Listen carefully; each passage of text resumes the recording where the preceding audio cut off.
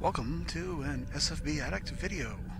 SFB Addict here, we're going to go through another campaign game that was played.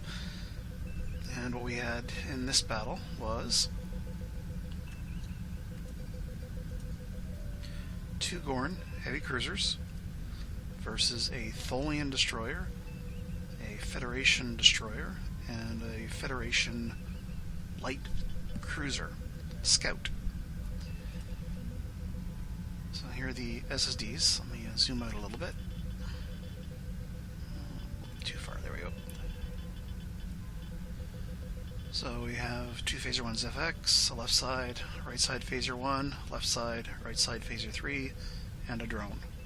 And of course 4 sensor channels. And a whole lot of shuttles. A destroyer,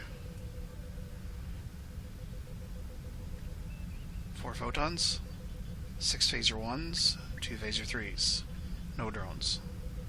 Tholian Destroyer, 4 Phaser 1s, a left side Phaser 3, right side Phaser 3, and 2 disruptors. Now the Tholian Destroyer has got 27 shielding all the way around, which you will notice is actually stronger than the Federation Destroyer, which is 16 weakest, 20 strongest, and light cruiser, 18 strongest, 16 weakest. So the Tholian Destroyer has actually got better shielding than the next class up Federation ship in this time era. So it may look like a bit of a wimp of a ship, but it can take a pounding. And with the FX Phaser 1s, it can pretty much fight off of almost 5 of its 6 shields effectively. So, very good ship. The destroyers and light cruisers with F8 weapons are pretty much fighting off their number 1, 2, and 6 shields. And the opponent ships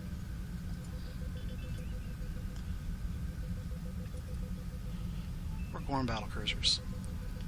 8 Phaser 1s, 2 in the front, 2 in the rear, 2 in the left side, 2 right side, with 2 fixed mount launcher G torpedoes, LFL and RFR arcs, and a whole lot of shuttles.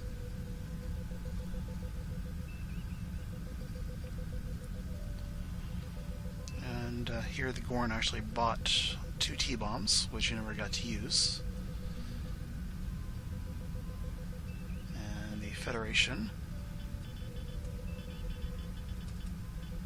didn't bring in any T-bombs, but they did buy a couple of extra drones. Now, one of the comments of the Federation player involved was that Speed 20 drones aren't all that effective, but the thing is that, as you'll see in this first battle, the Federation is coming in with the ships speed 16 to speed 19, so that's a perfect pace for ECM drones, and the Federation failed to make use of their ECM drones, and they also failed to make use of mid-turn speed changes, which would have helped enormously, especially with the scouts. Okay.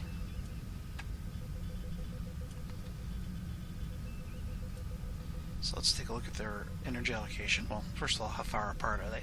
They are starting the game at about 30 hexes, thereabouts.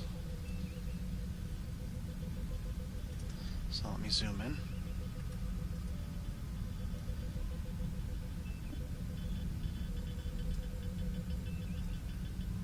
So we got 1 ship slightly off the map. There we go. So let's take a look at their energy allocations. Well, the 2 Gorn ships are going to be the exact same allocation, as they are the same ship. So 38 power on a 1 movement ship. 4 battery. They do the discharge and then recharge trick. Although the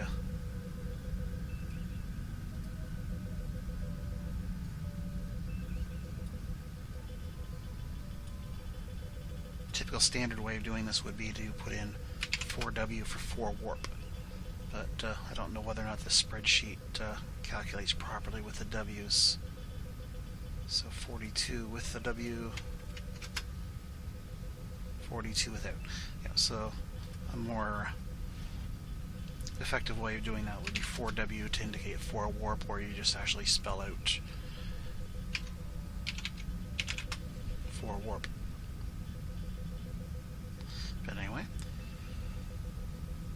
so they're coming with plasma Gs, which cost 1 to hold. He's holding both.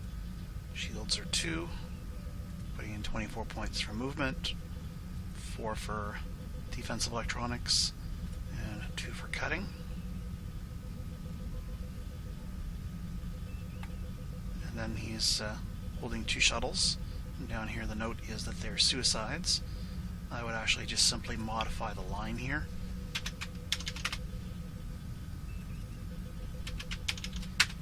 And if instead of a suicide, if this was a wild weasel, I would just put WW. Or you could do the same thing here and make that WW, or rather WW here and suicide here, but in this case it actually was suicide and suicide.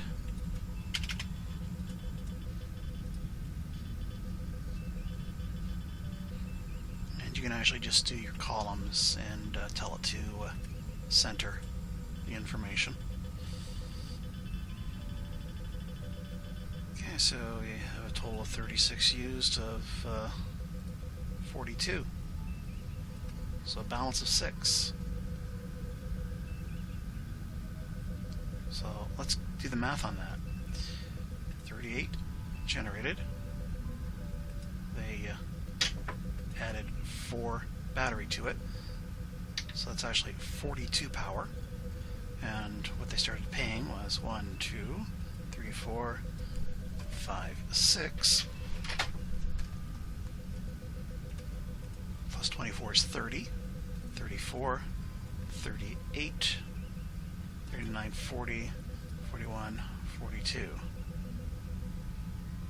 Okay, so it's not calculating everything here. So let's see if I take off the SS. Yeah, so the SS here is affecting it somehow.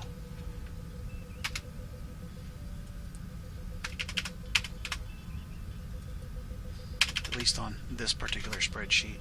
So yeah, you would want to do it here. Some spreadsheets are different. You can actually do the numbers and it won't matter. Okay, yes, there we go, 42 and 42. So, fast ship, moving ship, a little bit of defensive for the ECM, and holding two suicides for an overrun possibility. And then we have the Federation, DD+,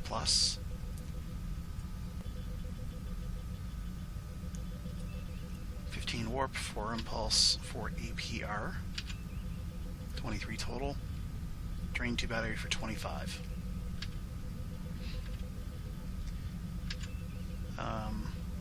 They forgot to pay for their fire control. And their notes here are just a simple 2 for their overloads.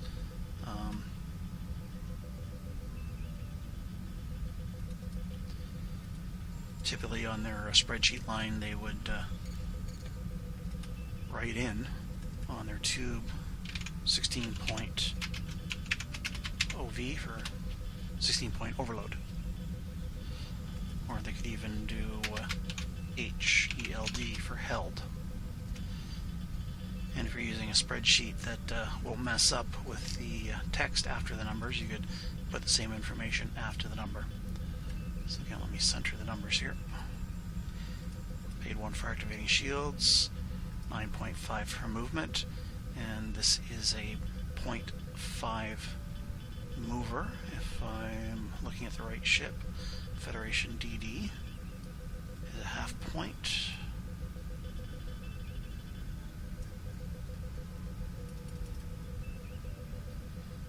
movement cost of half a point.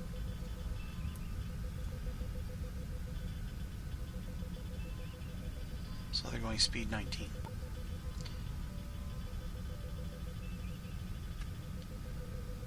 Recharge their batteries with warp again.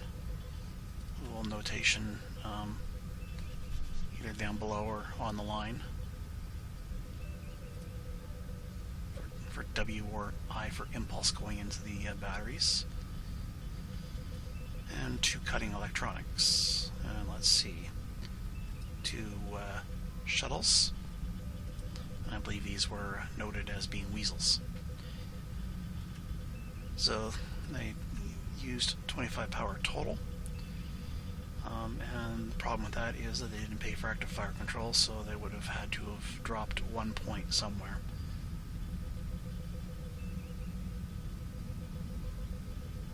So the likelihood is it would have come from movement or from the cutting electronics. And mid-turn speed changes here would have helped out a lot. They could have come in maybe speed 16 for the first half of the turn, and then bumped up to the higher speed as they got closer to the target. Federation. Well, let's do the Tholian DD first, I guess. 16 warp, 3 impulse, no APR. 19 power. Good shields, not so great on power. Again, with the battery tricks, draining 2 battery to make that 21. Light support, half a point. Again, forgot to pay for the fire control. 2 standard disruptors. Speed 19. Recharging the warp. 2 cutting, 2 weasels, 21. And then we have the scout. 24 power, 4 impulse, no APR, 28. Battery tricks again, draining 2 battery, making that 30 power available. Forgot to pay for the active fire control. With 10 points into electronic warfare. So that's powering 2 channels.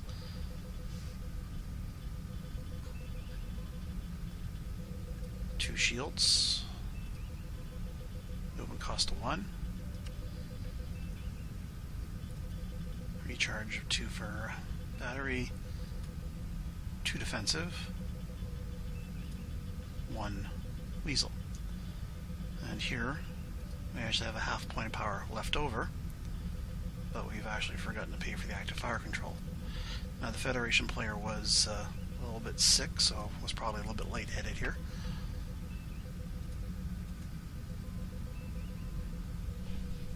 And let's get into what they did. So let's play out the actual controls for the map.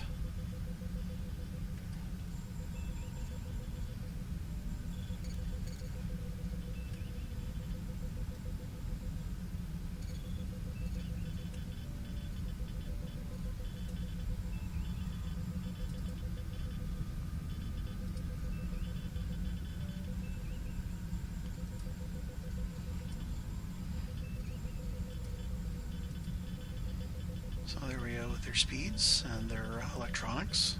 So the DD speed 19, 0 defensive, 2 cutting. Tholian is listed as all races here because it's a multi-axis counter, and it's actually a cruiser's destroyer, sorry, a cruiser's image being used instead of a destroyer.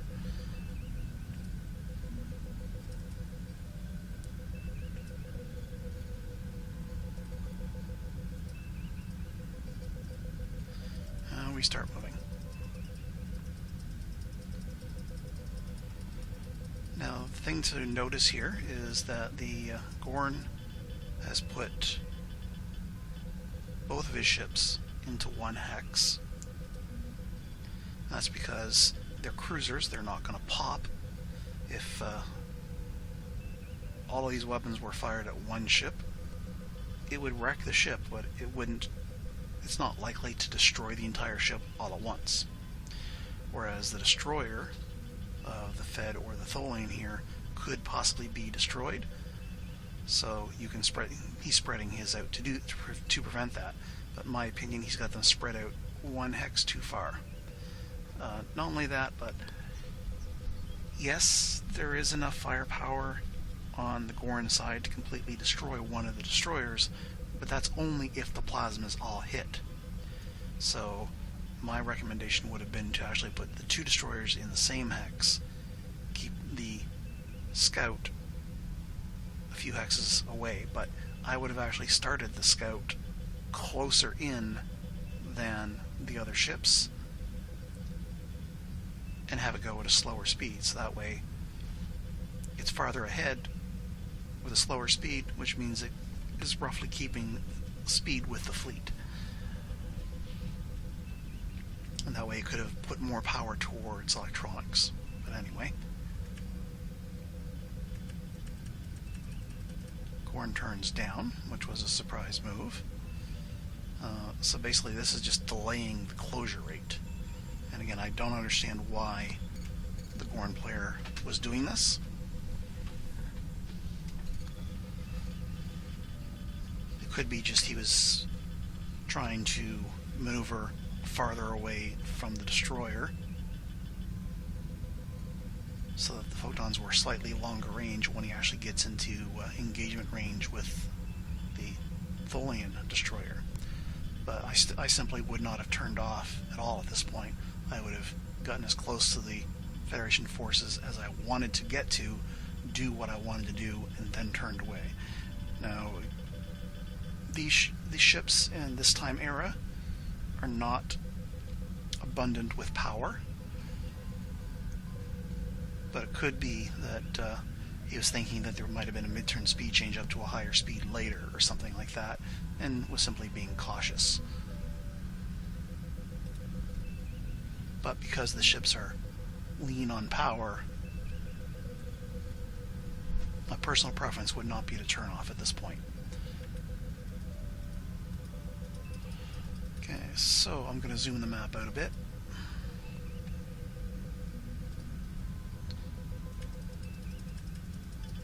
And not much is happening here, just maneuver. So there are about 19 hexes between the two closest ships.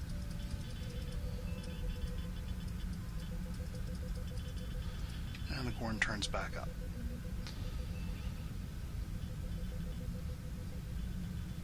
Now, if instead of turning the Gorn, if you notice here, he went forward, he slipped to the right, then turned to the left. He could have just simply, instead of turning, could have slipped. Let's see, let's count the number of moves here. 1, 2, 3, 4, 5, 6, 7, 8, 9. He could have gone 1, 2, 3, 4, 5, 6, 7, 8, and been either here or here without turning at all, preserving his turn mode way back here instead of having a fresh turn mode to complete. But again, I wouldn't even have gone in that direction at all. I would have just gone straight towards my primary target.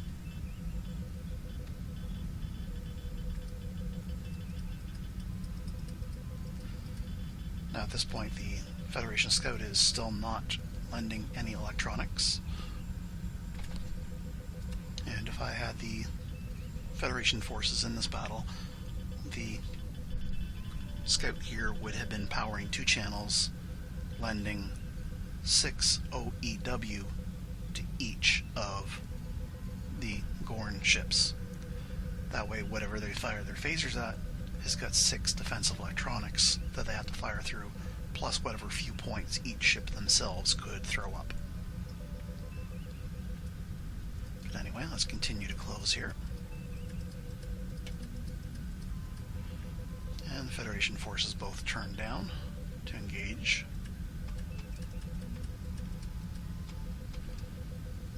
And here, you'll notice the Fed was slipping to the top of the map and then turning down, again delaying closure with the Gorn.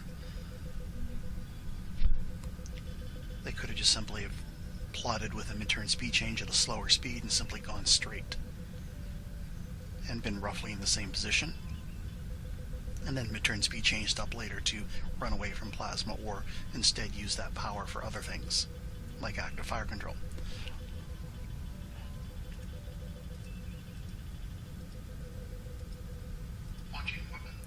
so at this point, the Gorn is launching plasmas.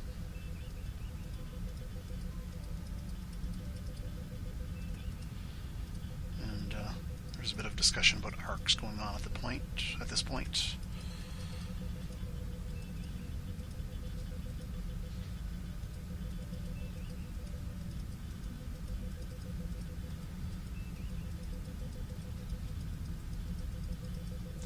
And you'll notice that the Federation player has not launched any scatter packs, has not launched any drones or any ECM drones.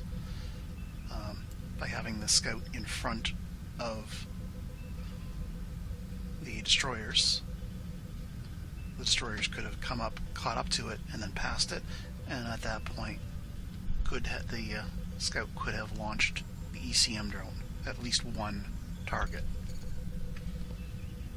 Or rather at one ship to help protect it with ECM.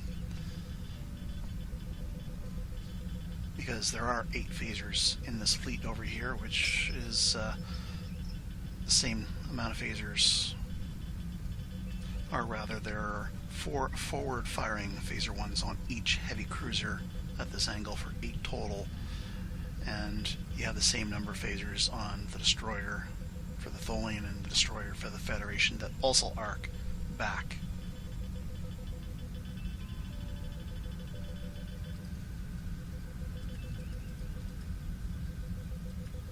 Shuttle bay operations. Okay, so the Gorn at this point starts moving shuttles onto the balconies. If the Gorn were to take internal damage, the shuttles on the balcony positions on the wings would count as forward hull hits. And the balcony, of course, lets them launch all 4 shuttles that are on the balconies, and from the shuttle bays, launch 6 shuttles all at once in one impulse. Elections.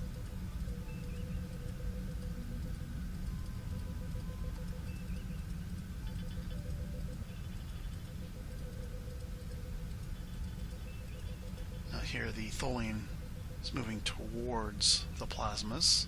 So he's moving for firing position. I probably would have not done that. I probably would have just sidestepped away. And at this point fired at range 8. Being in this position. Trying to get close, or closer, with disruptors just doesn't seem to be a good idea. If he had overloaded disruptors, I could understand that. But there's plasma on the board, he doesn't have overloads, and I would have sideslipped away, fired, and then turned. And the Fed Destroyer is trying to get to range 8, which he has. So the very next movement for the Fed at this point should be firing on this impulse, and turning and running away.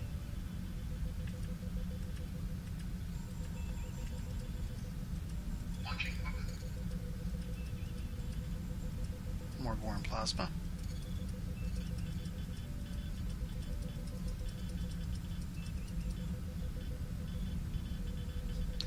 And here the lollipop does indeed fire. And they changed their electronics, so he bumped up his destroyer.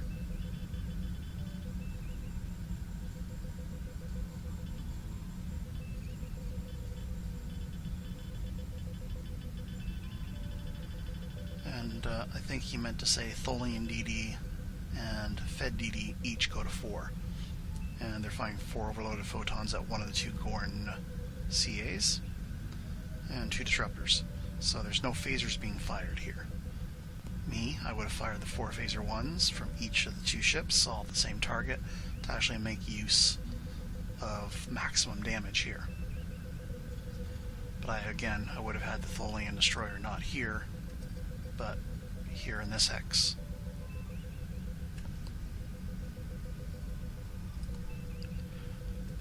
And then we roll. And the poor Federation here, with rolls of 1 to 3 to hit, only hits with 1 photon.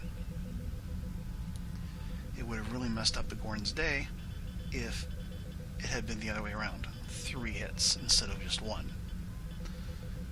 There's a possible of 64 damage total here that he could have done, but he's only doing 16. On 1 to 3 rolls, he should have done 32 statistically. Dice gods hated him.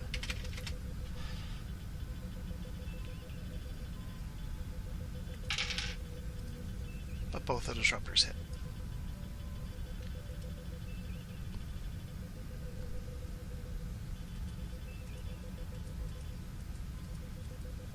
Okay, so if we look at the Gorn,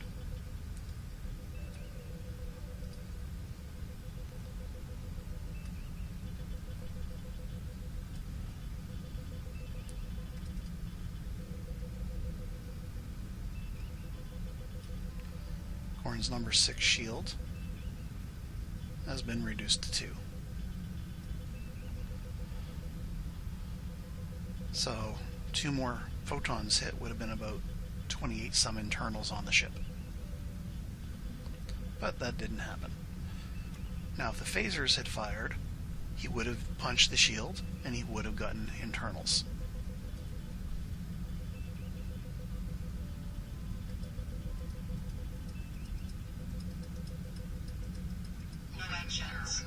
Okay, so more fire happening here.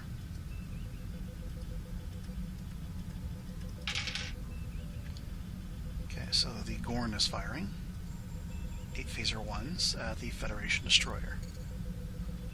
Now it's interesting. Range 7 to the Tholian.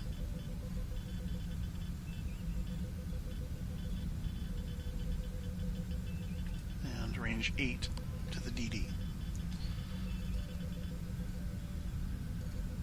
So if the Tholian had gone forward instead of side slipping, he would have been, let's see, 1, 2, 3, 4, 5, 6, and if he had side slipped the other direction, sorry, count that again, would have been 7, and if he had side slipped, would have been 8 to the other direction.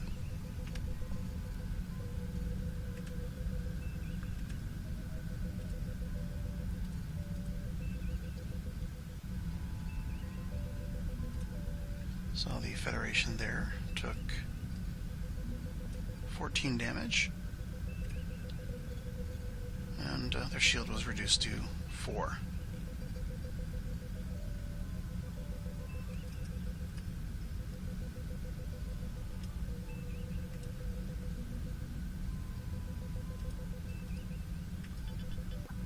And then we have the Federation forces trying to get away from the plasmas. And again, notice the destroyer here. If it had instead sideslipped here, it would now be here. So 2 hexes ahead of where he is.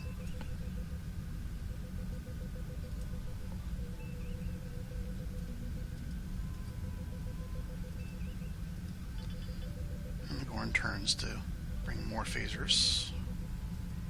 Or tried to, and then realized his turn mode wasn't complete. No actions.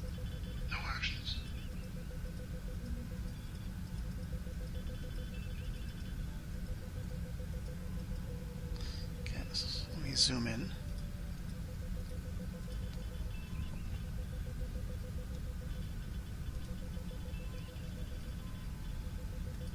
No actions.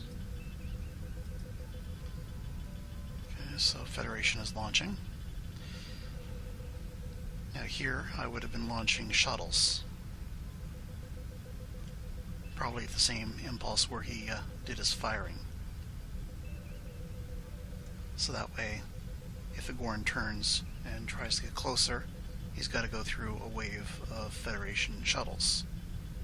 Now the shuttles won't be up in time to fire at the plasmas, but it's some fire that they could rain down on the Gorn if the Gorn turns in.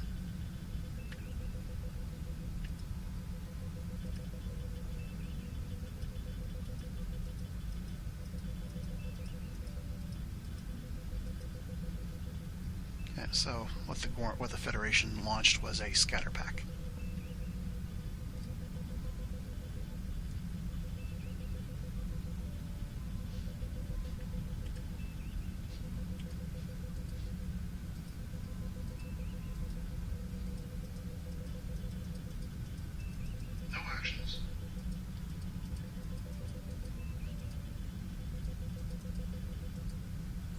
So we have a plasma chart on the board.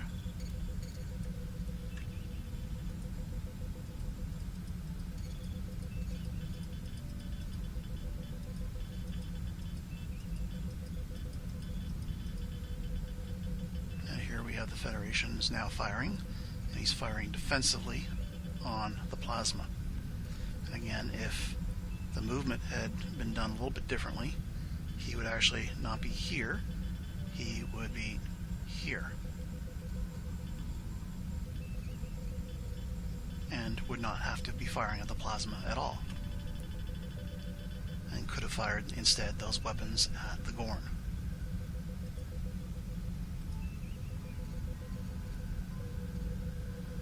Okay, so now the scout is throwing in the last bit of ECM to defend the Tholian DD. Or sorry, the Federation DD Plus.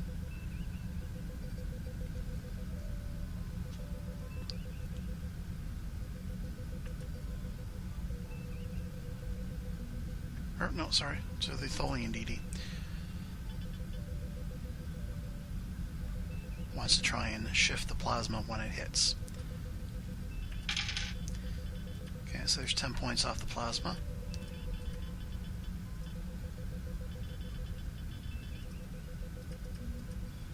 Plasma hits, it is real, does 10 damage to the Tholian.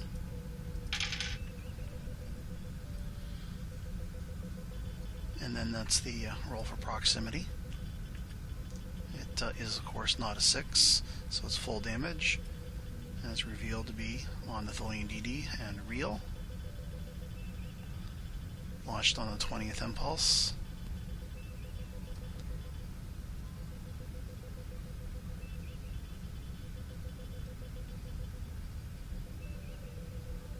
And it is the 30th impulse where it hits. So it's gone 10, does 20 damage. Reduced by 10, does 10 damage. And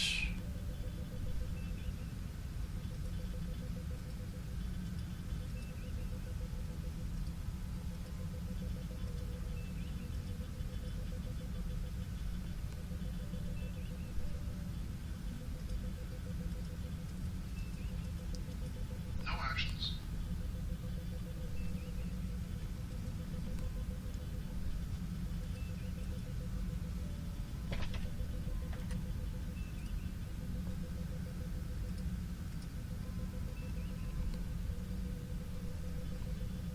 and we have the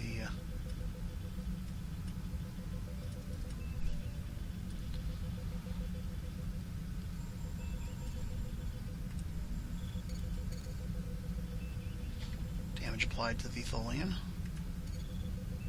So it went from 27 shield down to 17.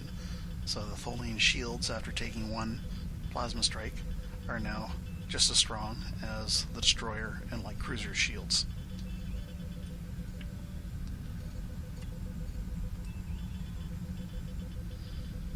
Okay, and the Federation is launching on this impulse.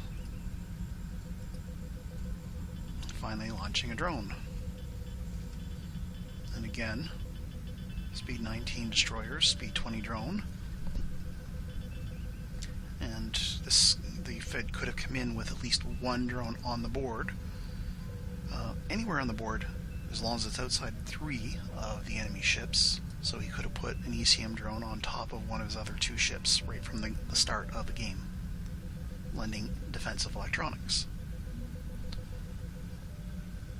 And then on turn 1 early could have launched the other drone to protect the other destroyer. But bad timing, bad tactic, I guess. Open fire window. And now we have more firing happening.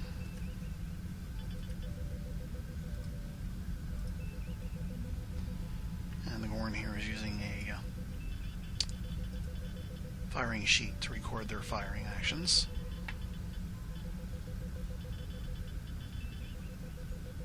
This is not the way that I would have written this. I would have probably have done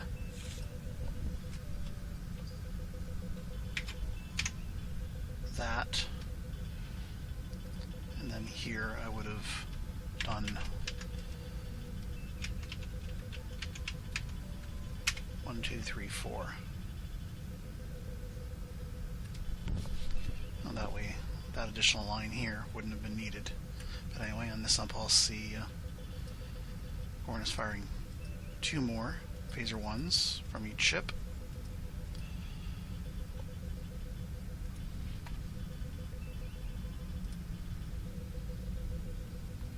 Which would be the right side phaser 1s, which weren't fired before.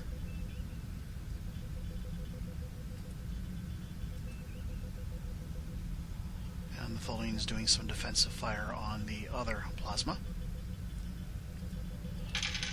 And does so much damage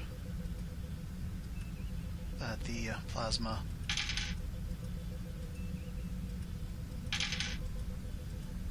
is vaporized. And yes, that was a real plasma.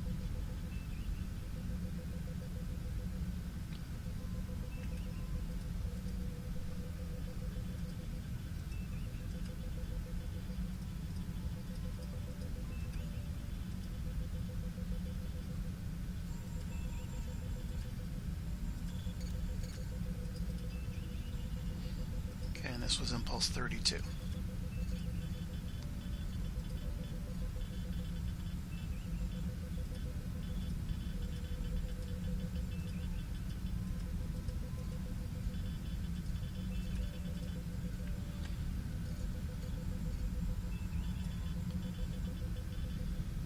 On this impulse, the Gorn is going to be bolting 2 G-torps at the DD, which means these 2 plasma here are pseudos.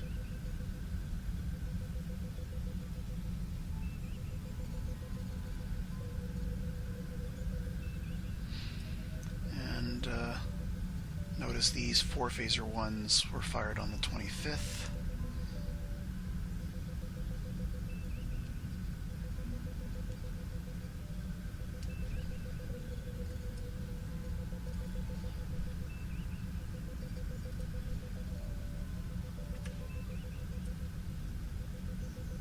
And the CLS is loaning 2 ECM to the Fed DD.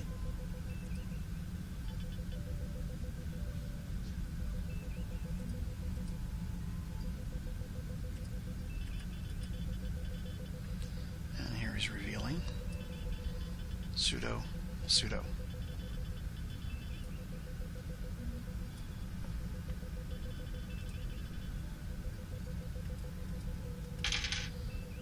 He hits with both bolts at range 5. Came right at the edge of missing. If this was range 6, one would have missed, and the other one would have just been at the edge of missing. But they both hit. So that's 20 points of damage from the 2 bolted plasma torps.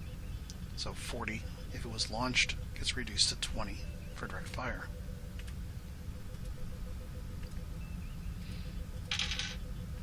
And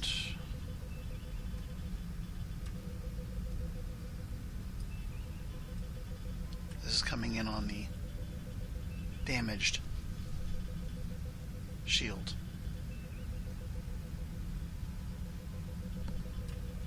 So to review, it was 8 phaser 1s that struck the DD's number 6. It was then the 4 phaser 1s that took down the number 5.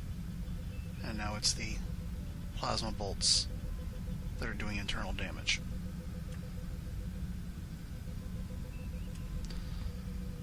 And let's put the ship up here.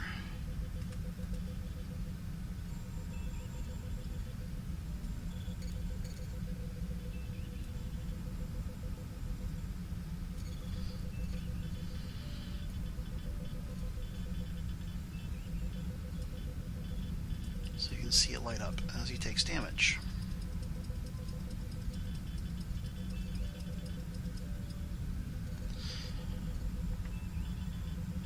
at this point, the turn 1 is done. They start doing energy allocation, and at this point the Federation player declares that he will be disengaging. And at this point, this is where we all made a mistake. We were probably about 3 a.m. at this point, so we were all rather tired. But the procedure for disengagement, well, there's 4 ways you can disengage: acceleration, separation, sublight evasion, and automatic. And the procedure for acceleration disengagement is, on a given turn, the starship wishing to disengage must move for the entire turn at maximum possible practical speed, which it can, as restricted by available engine power, which may have been reduced by combat. And the game imposed speed limit of 31. At the end of that turn, if the starship in question still has a total warp power available equal to 50% of its original warp power, rounding fractions up, or 15 points of power, which is lower, the owning player simply announces he is disengaging. His ship is then removed from the board. And that should have been whichever is lower. And that's assuming a cruiser with a movement speed of 1. So if you're coming in with 30, 32 warp and you're reduced to 15, you would still be able to disengage. So we allowed the Federation to disengage at that point when we shouldn't have, because in order to disengage at this point, the Federation would have had to declare that he was disengaging at the top of turn 1, play all of turn 1, and now at the end of turn 1, disengage. And there are some restrictions on that. So these are the following restrictions. So the condition is fulfilled on the basis of engine power, and it gives an example. And here it is. It gives an example where the engine power is reduced from 30 down to 24. And it says, it is during that turn reduced to 24 or fewer engine boxes, but cannot disengage that turn. It must move another turn, which what is now its maximum speed at 24 before disengaging. The reason for this is the ship must prepare for the transition. So here's what the example is. The Federation CA, moving cost of 1, has 30 warp engine boxes at the beginning of the turn, but cannot move faster than 24 due to acceleration. So if the previous turn it was speed 12, its maximum speed would be speed 24. So say turn 1 is going speed 12, turn 2 it's declaring it's disengaging, it's moving speed 24, because 24 was the maximum it could do because of its turn 1 limitation of 12. But during turn 2 it gets reduced to 24 warp power. So here in this example, the Federation had 30 warp and would have needed to go faster than speed 24 that entire turn in order to disengage. So the previous turn, speed 12, was preventing him from disengaging at the end of that turn. He needs to go one more turn at what his new maximum speed is. So since he was able to go 30 but wasn't able to due to the previous turn's movement, that's why he's not able to disengage. It's just ironic that his new maximum speed is actually the same speed he was previously moving. But that's because his engines took damage, and now his maximum speed is now the lower speed. And that lower speed is still greater than the 50%. So it wasn't the fact that he was going 24 that was the restriction on the disengagement here. It was the fact that he wasn't going at his maximum speed. Anyway, another restriction is if you were held in a tractor beam. And further restriction is that it must be moving forward in order to disengage. You cannot disengage in reverse.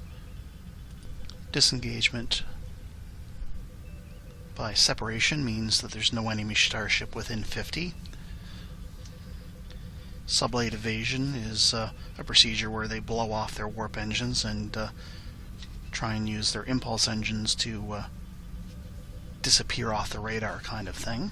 And automatic disengagement is a scenario-defined set of conditions, like if you go off the right-hand side of the map, you disengage, that sort of thing. So here, where the Federation was disengaging, he wasn't yet actually able to disengage, simply because he had not declared that he was disengaging. So in this game, similar to the example, the Federation is capable of going faster, and wasn't, and therefore was not at an appropriate speed to disengage. So what is the maximum possible speed that the Federation would have needed to travel the entire turn at in order to be able to disengage? Well, the Federation DD, for instance, would have the 4 APR available to pay for life support, active fire control, and shielding, and then he has 15 warp and 1 impulse with which to go speed 31. So he would have been required for an entire turn to travel at speed 31 to be able to disengage by acceleration. Similarly,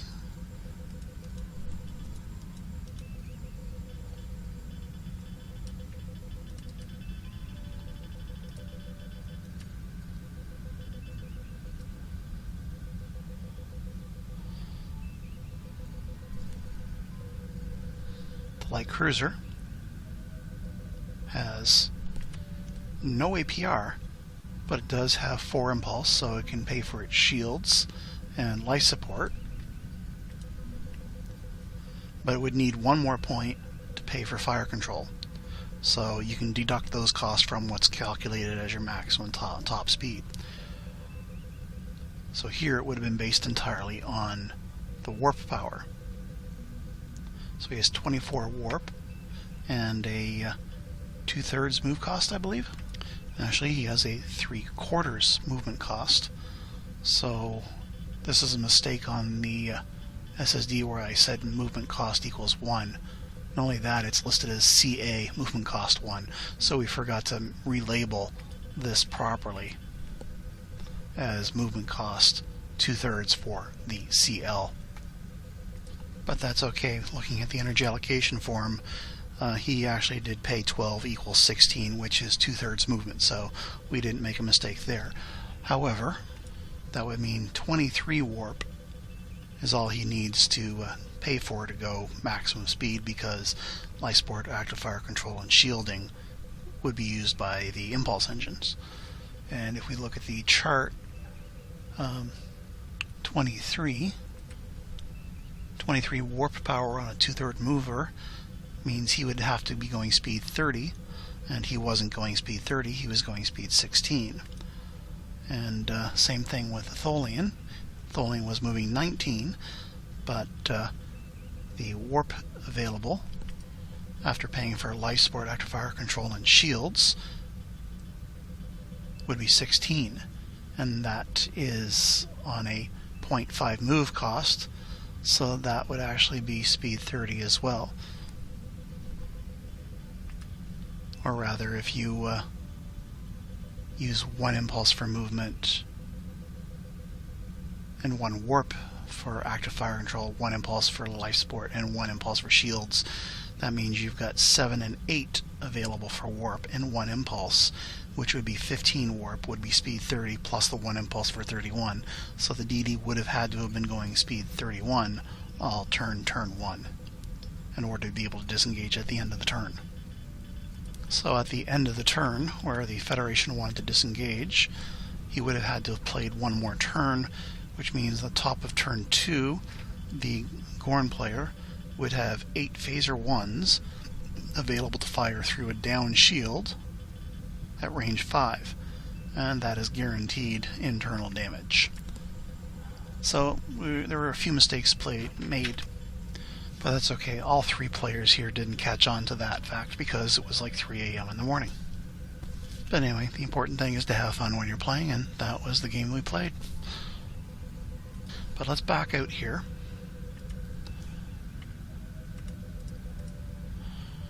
And let's just look at the pattern of movements that occurred.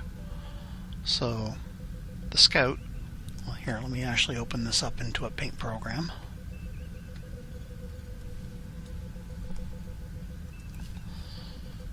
And if we zoom this in a bit, whoops. And let me grab a brush.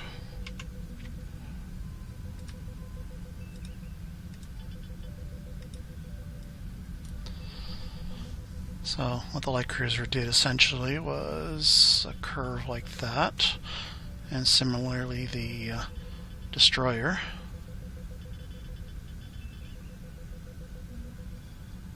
did a hook like that.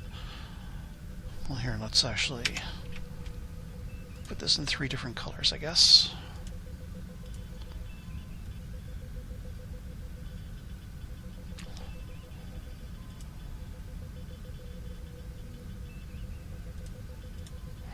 And the Tholian did a hook like that. Whereas the Gorn sort of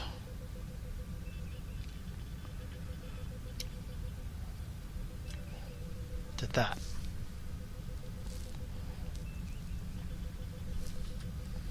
And perhaps the movement would have been a little bit more effective for the Gorn to do that. Or rather, something like that, and then turn down like that later, or turn up like that, or turn up and side slip and sort of go like that, or just continue to pursue.